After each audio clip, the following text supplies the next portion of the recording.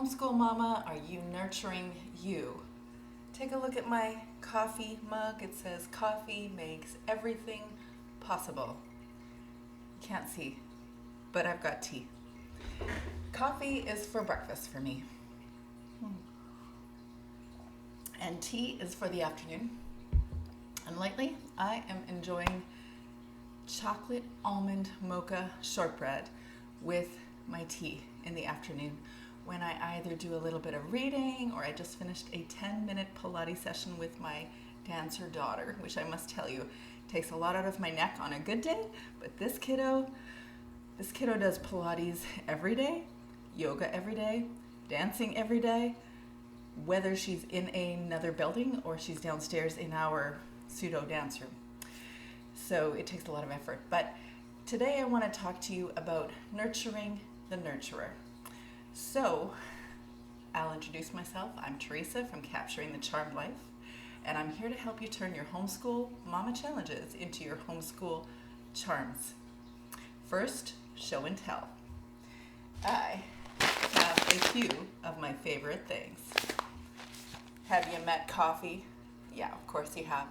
And our local preferred choice is Oso Negro, something that comes right out of our backyard. And normally in a regular homeschool week, I'm at Oso Negro in my little town at least twice a week. And these days, I'm not like anywhere. I don't go into coffee shops all that often, or I stopped doing restaurants. I'm doing more takeout stuff, and I even pick up groceries. So the only thing I'm really doing is definitely drinking this and giving it to all my Christmas gifted friends and family.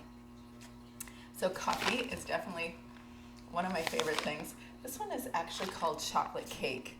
Like, scratch and sniff that. So good, so yummy. So there's my coffee that I would normally be drinking in the morning, and at the end of the evening as a definite self-care strategy that, I don't know, maybe I'm just low in magnesium, but I gotta have this in my day. I literally have this every single day. Not necessarily this brand, but it is chocolate. Are you surprised? No. Default chocolate for me is definitely Lindt, Lindt. You know, the stuff you can find in most grocery stores. I really love the sea salt stuff.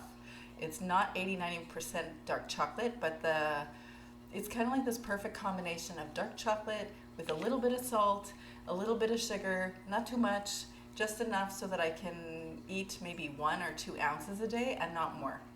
Because if I get a bag of M&Ms, I'm going to eat the bag of M&Ms. And if I get dark chocolate, sea salt, Lindt, I will take 1 or 2 ounces. And because it was my birthday yesterday, I was gifted 2 of these, and these are 2 different kinds of chocolate, but I am looking forward to this. Definitely a self-care strategy for my everyday.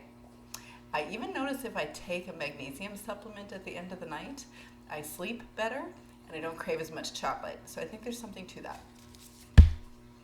The other thing that I have been doing lately for a self-care strategy is something that most people have been doing forever.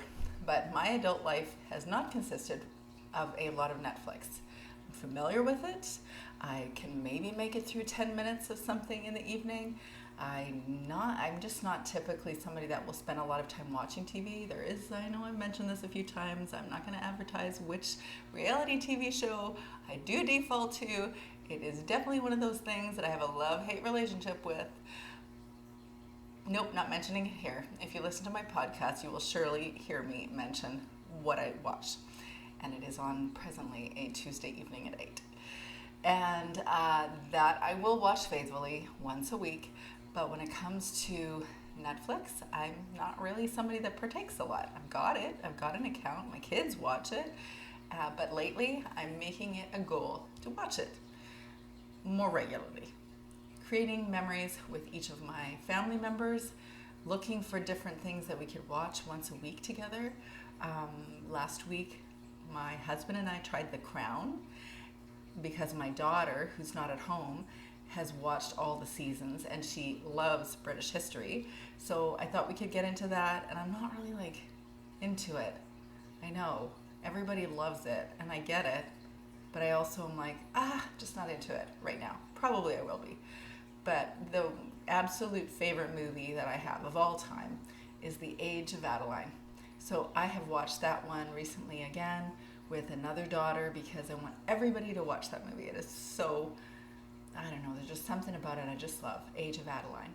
And yesterday for my birthday, I watched epic long. I mean, I fell asleep and I woke up and I fell asleep and I woke up, but I got through the movie because it is a 2+ hour movie called The Age of Innocence.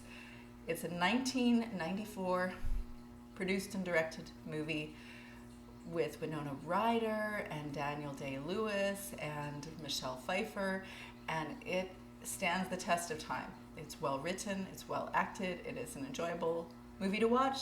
It always has that era. There's something between, for me, I will watch almost anything that is between 1890 and 1920, somewhere in then. And I love this movie, The Age of Innocence. It is kind of Mrs. Dalloway-ish with Jane Austen.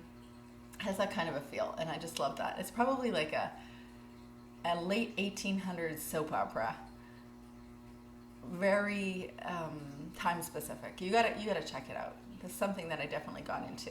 But if you are not in that general era and you're not really into those kinds of movies, there is a movie that I watched last week called Otherhood, and it made me laugh and it made me cry because as a mom who has kids that are growing up, graduating out of the household, and you recognize that your transition of your relationship as a mom with your child is different, it kind of transitions into, and I love the way Rosanna Arquette, one of the moms in this film, said something like, it's kind of like a gradual breakup with your child.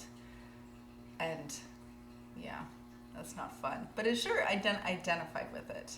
It is, but it isn't, right? Like you're always a mom and you're going to always have that relationship and it changes, but there's a bit of a birthing of your child into adulthood and you're birthing them away from you instead of satisfying their every need unless they want you again, which they do.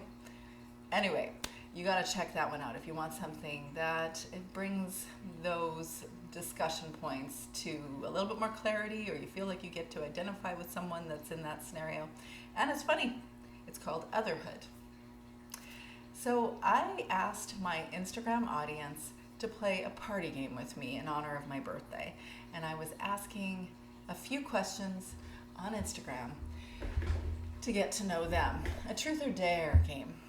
Except there's no dares, just truths. And so I thought I would share with you a few things that I would answer in this truth or dare game.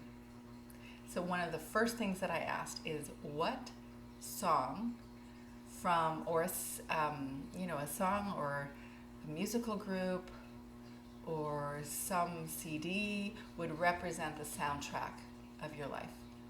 So off the top of my head, I can tell you that the very first tape, yes, I said tape, that I ever purchased or was given was Tears for Fears. And the first song that I ever played on my Walkman, yes, I said Walkman, was Shout by Tears for Fears. It wasn't really my choice, but it definitely shares my story of introduction into my own musical preferences. I was invited to a Harry Connick Jr. concert when I was in high school with a friend, and I fell in love with Harry Connick Jr. Definitely love something that's kind of jazzy. And I didn't grow up in a home that actually enjoyed jazz. I grew up in a home that enjoyed old country, like Loretta Lynn, Hank Williams, all that stuff. So this was just me. This was my thing. And Harry Connick Jr. sparked an interest for me in all sorts of jazz. It brought me toward Michael Bublé, but also Ella Fitzgerald, and at anything what was the guy that actually sings It's a Wonderful World? I love that stuff. I just can listen to that. It's probably the most played thing on my Spotify playlist, and I default to it for coffee in the morning on Saturday afternoon or in the mornings, or maybe something for quiet reading in the afternoons. I love jazz. But there's certain songs that are very pivotal for me that were like enlivening, encouraging, were big songs for me. And one of them is Josh Groban's You Raise Me Up. Just the words speak loudly to my experience of growing into my person, my little person growing up into my big person. You Raise Me Up by Josh Groban. Also the Fight song. The author, there's so many people that have sung that song, the Fight song, so I'm not exactly sure who is the originator of that, but for me, the childhood experience was very much trying to fight my way into finding my place of peace, finding my own sense of self, feeling separate from all the kind of the difficult stuff of childhood. And so the Fight song really speaks loudly to my soundtrack of life. And I gotta add St. Elmo's Fire, love theme. I learned it on the piano for the very first time, loved it. It is actually very difficult to play. I didn't have official piano lessons, so I would actually play the song on a tape, or I would catch it when I was listening to a radio, and I would try to play it on the piano. And it's actually tricky, and I only know like maybe the first 8-10 bars, but I can do it on both hands. And it is a song that I had at my wedding that really just feels like a romantic background to my life. So those are the songs that I would share with you, are some of my favorite songs. The second thing that I asked was, what have you been learning this year? I asked about these party games because I think it's super important for us to actually be authentic with each other, be vulnerable with each other, and build connection and community, especially this year, because the way we're doing all of that is like, it's so radically shifting. So for me, no question, this year has peeled back all the layers of the superficialities, the comforts that we're familiar with, being able to hug people or be able to walk into a public place the same way that we have before. All of that is super weird, and it actually really makes me want to value, or it makes me value relationship more because of that. And I want to invest more time in saying, how are you really? So that is definitely one of the things that I've been learning this year. And between you and me, I'm not immune to this. I get pretty frustrated too when I see some stuff online that I go, what is that? Why are these people saying this thing? And learning to recognize that we all see the world differently. We come from different perspectives. We understand the world in a different way. And we have different instincts towards what's true and what the right way to engage something is. Oh wow, such a big trigger for like so many people. And I finally decided that I've had enough of feeling frustrated or angry over things that I can't control, that people that see things radically differently than me, I still love them, I still care about them, I still want to be in communion with them or community with them. And I'm not going to polarize myself so that I'm not friends with so-and-so, or I'm going to unfollow that person. I don't want to do that. So that one's been a big one for me.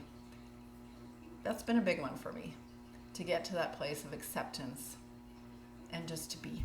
And of course the other one, like this is so probably obvious, but this whole way of, existing this year has really compelled me to be more present and to appreciate what's right in front of me, which by the way is a dog that is barking outside this door or this window. And so yeah, not everything you can appreciate. So that was my second thought. Let's see, my third one was, what is a color that you love to wear? And I'm choosing colors. I love this what do you call it, sweater. It's a Tommy Hilfiger sweater that I have purchased maybe 15 years ago, or at least it's about a year older than my second daughter. and it is still good quality. So I gotta say, this was a good purchase. I have no idea if it's in style. I don't even care. I'm like too old for that. I'm 47 now, so I'm like way past that. But these, the colors, the stripes, the boldness, or something, I actually really like it. If I could dress in anything, it would probably be Banana Republic or Tommy Hilfiger. And I would happily make their factories be in Canada somehow. So that is, I love this shirt, but default color for me is blue. You can see that my homeschool room it's called butter yellow. And we almost never do homeschooling in here. I do a lot of recording in here. We definitely store things in here. We definitely work on the table for projects, or, I have 5 bookshelves filled with books in this room. And if you saw what was right here, you would go, wow, okay. So some people have accused me of being a perfectionist, and if they saw all of this, they would no longer say that. Blue. Blue is the color that I prefer in my house. It's the color I prefer wearing. I love Claude Monet's paintings that are blue and green. I love being outside because of the blue and green, so definitely blue for me.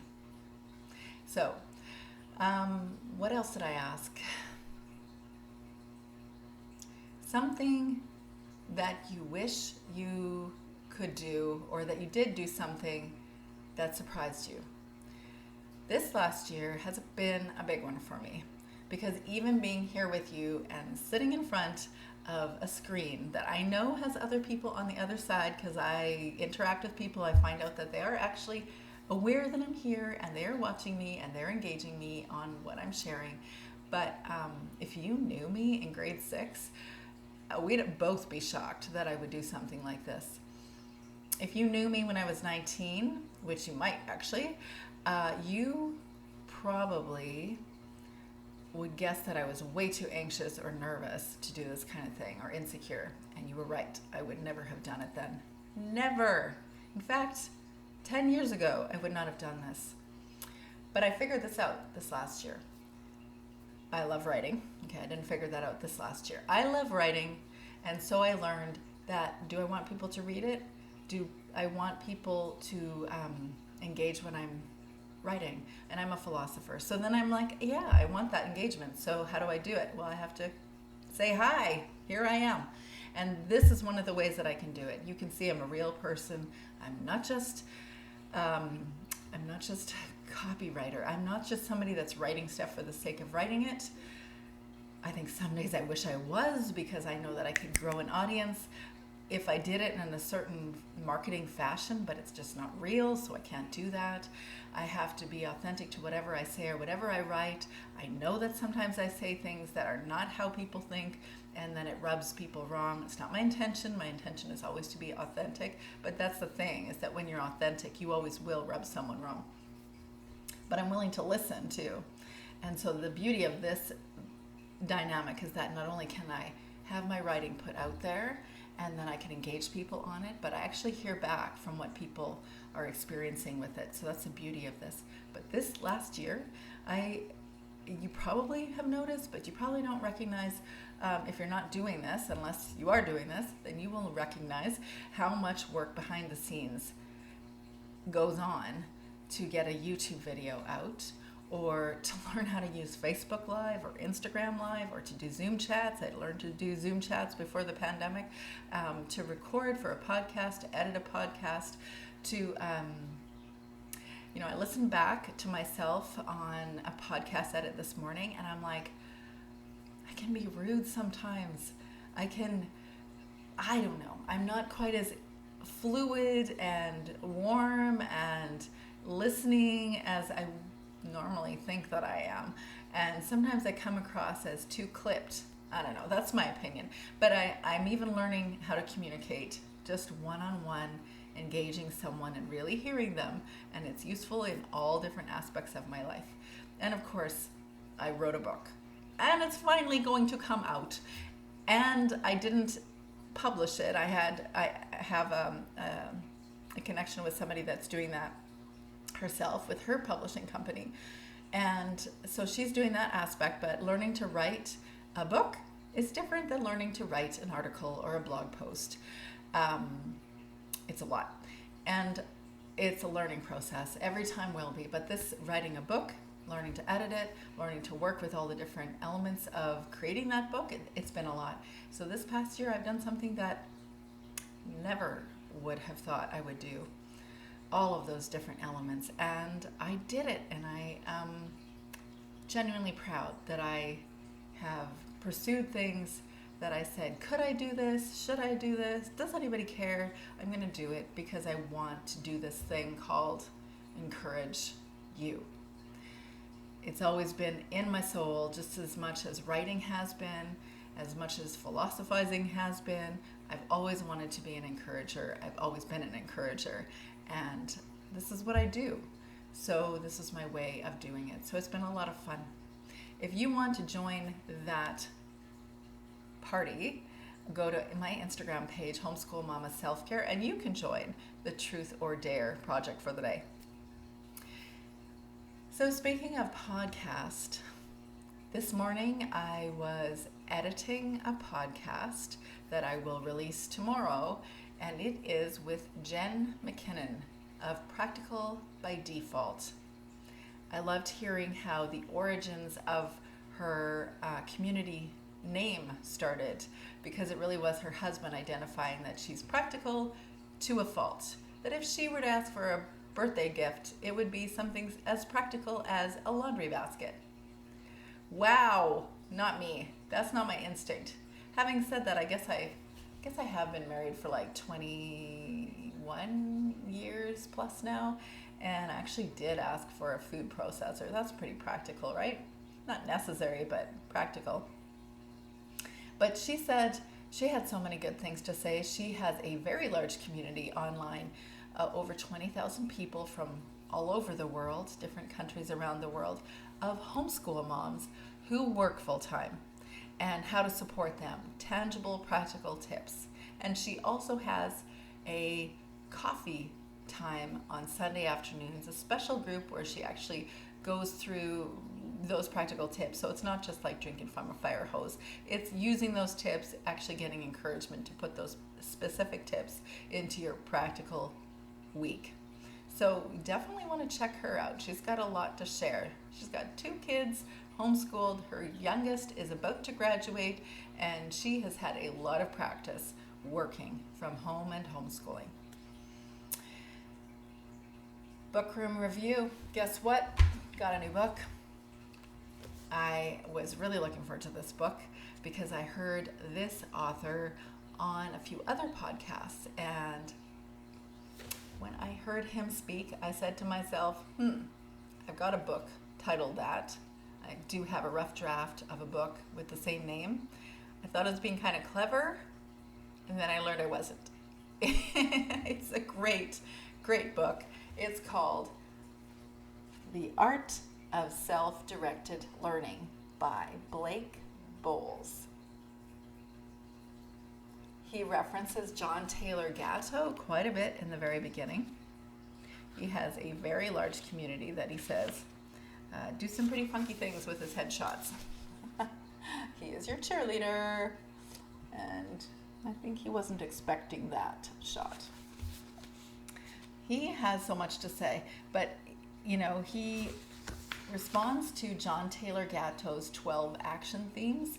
If you haven't heard John Taylor Gatto, he is one of the people that I have on my Homeschool Mama reading list, which you can find on my blog, Capturing the Charmed Life, or on my Facebook or Instagram page.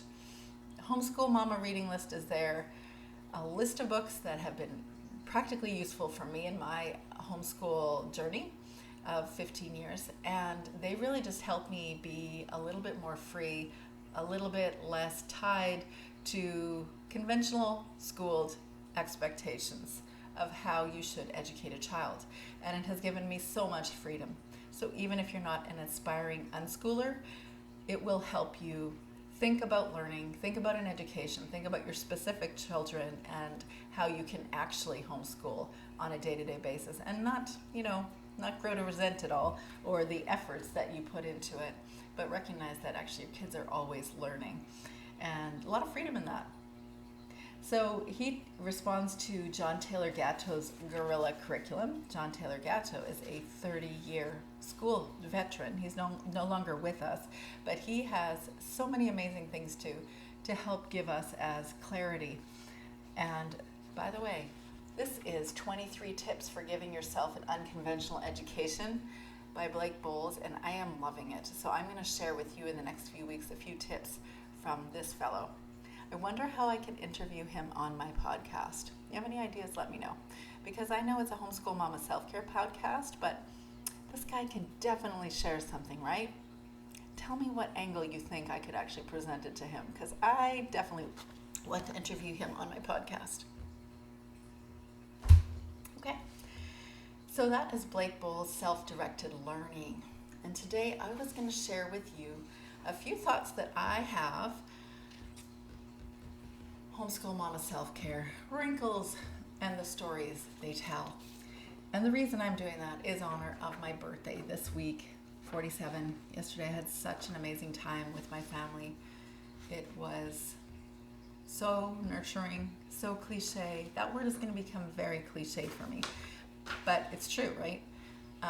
Our goal is to nurture the nurturer, and I really let myself allow my family members to do really good stuff for me. And since I'm an Enneagram type 2, I'm accustomed to doing things for other people.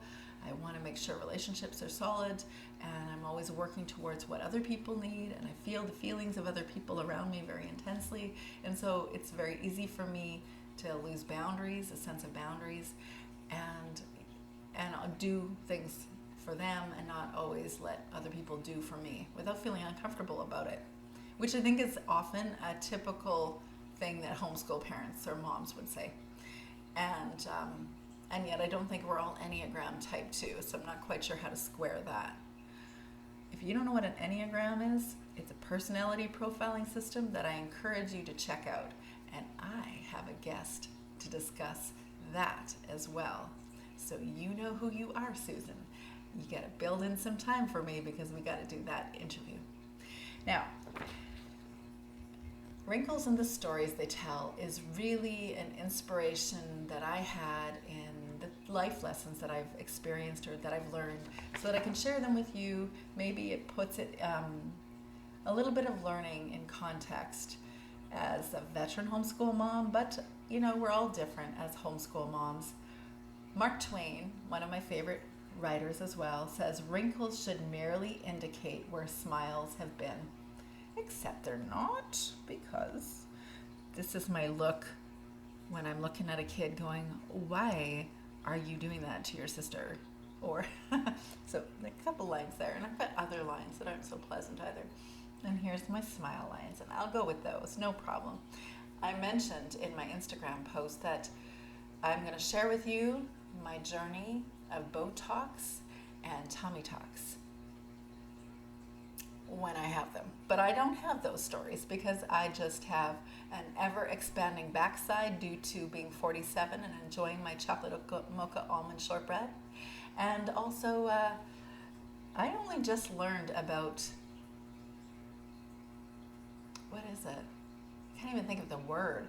You know, that substance that you put on your face for wrinkles. Anyways, that's something I'm going to have to talk to one of my kids about. My teenage girls who know more about skincare than I do. Starts with an R.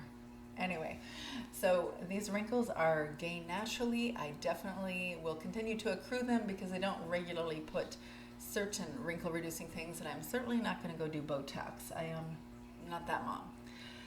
Did you know that the first and only self-drawing I did was in a class, a drawing class that I took when I was homeschooling, probably about my 4th year homeschooling, and I thought it was going to be really relaxing. Turns out, no, actually, learning to draw is an art form that you can learn. Some of us are gifted, us is not me, but some of us are gifted in it, and the rest of us can learn. That's me. But it was hard. It was as hard as a math course for me. But when I did it, the lady in the class that was leading the class, she came around, she saw my drawings, and she's like, well, it looks like you, but it looks like your 60-year-old self back when I was maybe 35. And I'm like, I don't know, that's my that's my frown line, and that's my smile lines. And she's like, yeah, but they're not all at the same time. You don't have them happening all at the same time, and you're not 60 years old yet. So you're not that old. And later it dawned on me that nobody actually frowns and smiles simultaneously. But I do also have white hairs coming in. I regularly get my hair done because I really just want to look 10 years younger. I don't want to look the 10 years older that I get to look if I allow all of that to grow in. I'm no longer a dirty blonde. I'm kind of like vacillating between a dark brown or a light brown and this golden thing that happens after I've not had my hair colored for about a month and a half. But really, this new color feels a little bit more authentic to me than maybe what I look like when I was about 35, and I'll show you. And this is me. Can you see that? It's a little bit different anyways. It's definitely shorter. This is my kids, Hannah, Madeline, Rachel, not so happy, and Zach. Well, this is what happens when you get older, right? Your hair color changes. And though I am not probably going to have something magenta, and I am definitely not going platinum like my oldest daughter thinks I should go, because I am too old for that, but also not young enough for that. And the only people that do platinum, in my experience, either are embracing that color and yay you, go for that, or they're 19 and they don't realize what they're doing. It ain't gonna be me. And as I self-photograph and I do all this drawing, I am like very aware of the double chin thing going on. Or at times, if I'm at a certain angle, it looks quite awful. And I really probably should do something about it. But the only thing I've had in my mind as a solution is to walk around doing this. Imagine, I've got a mask on, I've got this on. It's going to be worrying to a few people. So I'm thinking I can't do that. But you're only as old as they say, or as you feel, they say. Some days I feel 25, and if I wake up, if I haven't had enough sleep, I'm feeling pretty old. So I could live in my self-delusions that maybe I'm 25, except I have teenagers, and teenagers always make sure that you know that you're old. Like, it was only a few weeks ago when somebody said to me, so you remember in the olden days when they had CD players? I'm like, what are you talking about? CD players? We literally own a CD player. Well, in the olden days, when you and Dad got married, 1999? In those olden days? How old am I? Well, if you have teenagers or kids old enough to say olden days, you know you're old enough. So apparently I'm of that age. You know what? Somebody might even have said something about when Adam and Eve were there. Did this happen, Mom? I forget what the question was, but I'm like, Adam and Eve? How old do you think I am? I haven't always existed, but they do think that I've always existed, right? The only thing that I've come to believe that I know for sure is that the more that I know, the more I know that I don't know. The only thing to which I can be certain, the only thing I can know for sure, is that I don't know as much as I think, and that I'll always have an awful lot to learn. That is the truth. But no matter how old I feel, the eyes always reveal the age. So if I could write a book and tell you a few things that I've learned, and maybe actually I have written a book about the things that I've learned, I would weave a few lessons that I've learned through my life stories, and these are them. The greater part of our happiness depends on our disposition and not on our circumstances. Martha Washington said that, and that still stands true. No matter what's going on in the world, in our worlds, our personal worlds, you get to do what you want to do. You get You get to do what you do with gumption. You decide how you're going to perceive things. And though I know what I'm saying, that there are definitely times that are grief required. In other words, there are scenarios that are so difficult and so painful. I don't even need to give you an example. You know, we all have them, or we will. There are scenarios that we have that it is not normal to not grieve and not to be sad about something or to be angry about something. It is normal to feel like that and to go through the process of accepting that the thing is happening or the thing happened and it is that horrible. I'm not speaking to those scenarios. Those scenarios require a different approach. But after a time, probably this stands true too, that the greater part of our happiness depends on our disposition and not our circumstances. We get to decide how we engage. We get to decide how we feel about something or how we think about something or how we wake up on, the right side of the bed. We get to decide that stuff.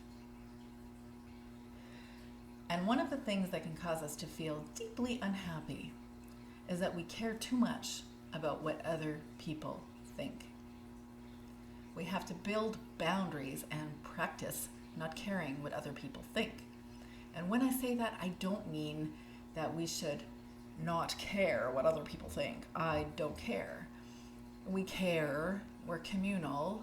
It's how we roll. We care about what other people think because we were meant to. We actually are called to love each other, and we're called to be good to each other, and we're called to do good to each other. But sometimes we care a little bit too much about the specifics of what other people think. And in my personal experience, people don't actually think about us as much as we think they think about us. They don't care as much about us as we'd like to think that they care about us. So our goal isn't about what other people think. If we're doing the thing that we know we should be doing, or we're approaching life the way that we know we should be, or you fill in the blank, then just do the thing and practice learning not to care what other people think. Circumstances don't dictate happiness. I suppose you could say those are very similar things. There are times where we have to take a breath and we have to remember that what is right now isn't always going to be. What is right now will change too, just like the clouds in the sky keep shifting. They're always shifting. Maybe they take days or weeks or months, but they will eventually move. And that's the same with what's going on as circumstances in our life, in our world. It will change. Circumstances don't dictate happiness unless we determine that they do. You get to decide if you're happy. I'm talking about every scenario. I'm not saying to not feel your feelings, and I'm not saying that you shouldn't allow yourself to grieve or to accept the really challenging things in life and actually go through a process of being very sad or being very angry or being very hurt or being very, you fill in the blank. But we have to decide that we're happy and engage in a way that is actually turning those challenges into charms rather than focusing on all the imperfection and focusing on how imperfect people are and focusing on how everybody doesn't see things the same way we do and focusing on the fact that we don't have this perfect community of people that we feel like we could have Saturday morning brunch with our gang of 13 or whatever. We have to instead choose to see life the way that we want to see it. We have to choose the perspective. We get to decide. Include people in your life that bring value to your life, or people that you can bring value to. I say this carefully because I think it's very painful and very challenging to delete someone or disconnect from somebody. And yet there are scenarios, which I know personally, that require you to do so. However, I think we shouldn't take lightly the people that are in our lives, that we've either chosen to be in our life or that have come by our lives naturally, that just are in our community or in our natural worlds. And those people, they're there for a reason. So we want to nurture those bonds and create bonds with those people as time goes by and as scenarios allow.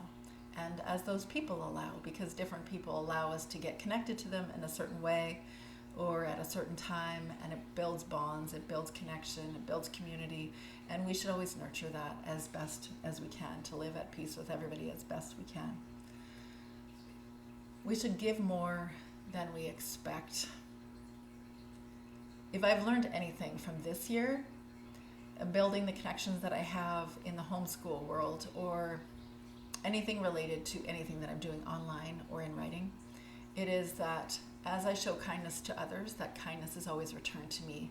And it has been really, really heartening for me to see that my kindness, when it's sown, always reaps something beneficial as well. And I'm not doing it for the sake of, reaping it, but knowing that that is the way to be, is to sow it, then you will reap it.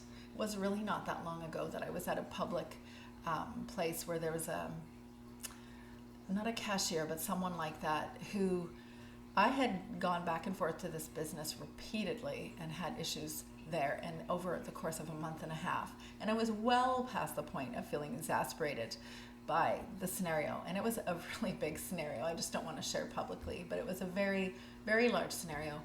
And I had had enough. I could hardly believe that I had to come back another time. And if you know me, I'm not somebody to lose my stuff on people, especially publicly. But I definitely wasn't, and I was kind, but I couldn't believe how rudely somebody was treating me. And then I said to myself, you know what? I'm guessing she's had a long day. It's the end of the day. She's probably exasperated. I'm going to give her grace, and I'm going to speak kindly, even though she wasn't. And I just said, sincerely, I hope it's a good evening. And then I walked away. We didn't have a conflict, but there was just oh, brother, here I am again. Do I have to do this again, really? And I knew that what I was doing was not my instinct, but I did it on purpose, because the scenario meant that I had an opportunity to give grace or to do something good for somebody else and give more than I would expect to receive. Don't let anger, frustration, or disappointment keep you in its grip. I know to which I speak. Just the scenarios that I've had as a kid, there was a whole bunch of stuff that I could easily have grown up to feel embittered or hateful or resentful, or you fill in the blank. But I determined that I didn't want to live like that. I have most definitely seen people that have done that. It makes sense why they would have done that. I don't even fault them for it, although I think it hurts them more than anybody. But, you know, life throws stuff at us as it does, and we don't get to choose what cards we're given, but we do get to play the cards. And I refuse to be caught in that cycle. And I brought that cycle into my family life. I definitely brought that into my adult world and have been working out of it ever since. But we get to choose to not let anger and frustration and disappointment keep us in its grips. Your thoughts give meaning to your life. You get to decide how you're going to see the storyline that you perceived as your story when you were younger. You get to decide how you're going to shape it, or how you get to speak the narrative into existence now. You get to decide how you're going to engage it. I love Forrest Gump. I'm going to say it. I'm going to bring it up. It's so cliche. If you don't know Forrest Gump, then welcome. Welcome to really, really good film. Tom Hanks, and life is like a box of chocolates. You never know what you're going to get until you try one. So I say try them all. Besides the obvious insight that eating chocolate makes you happy, because like tangibly it does, life is too short not to seize the moment. So carpe diem and seize your moments. Life can be grand, right? This year is grand. Crazy, but grand. So I raise my glass of tea in a coffee mug and I say, Carpe diem. Seize your moments. Seize your moments with your kids. Seize your moments in your homeschool. Seize your moments in this crazy year. Seize your moments. So until next time, I wish you and your kids a charmed week.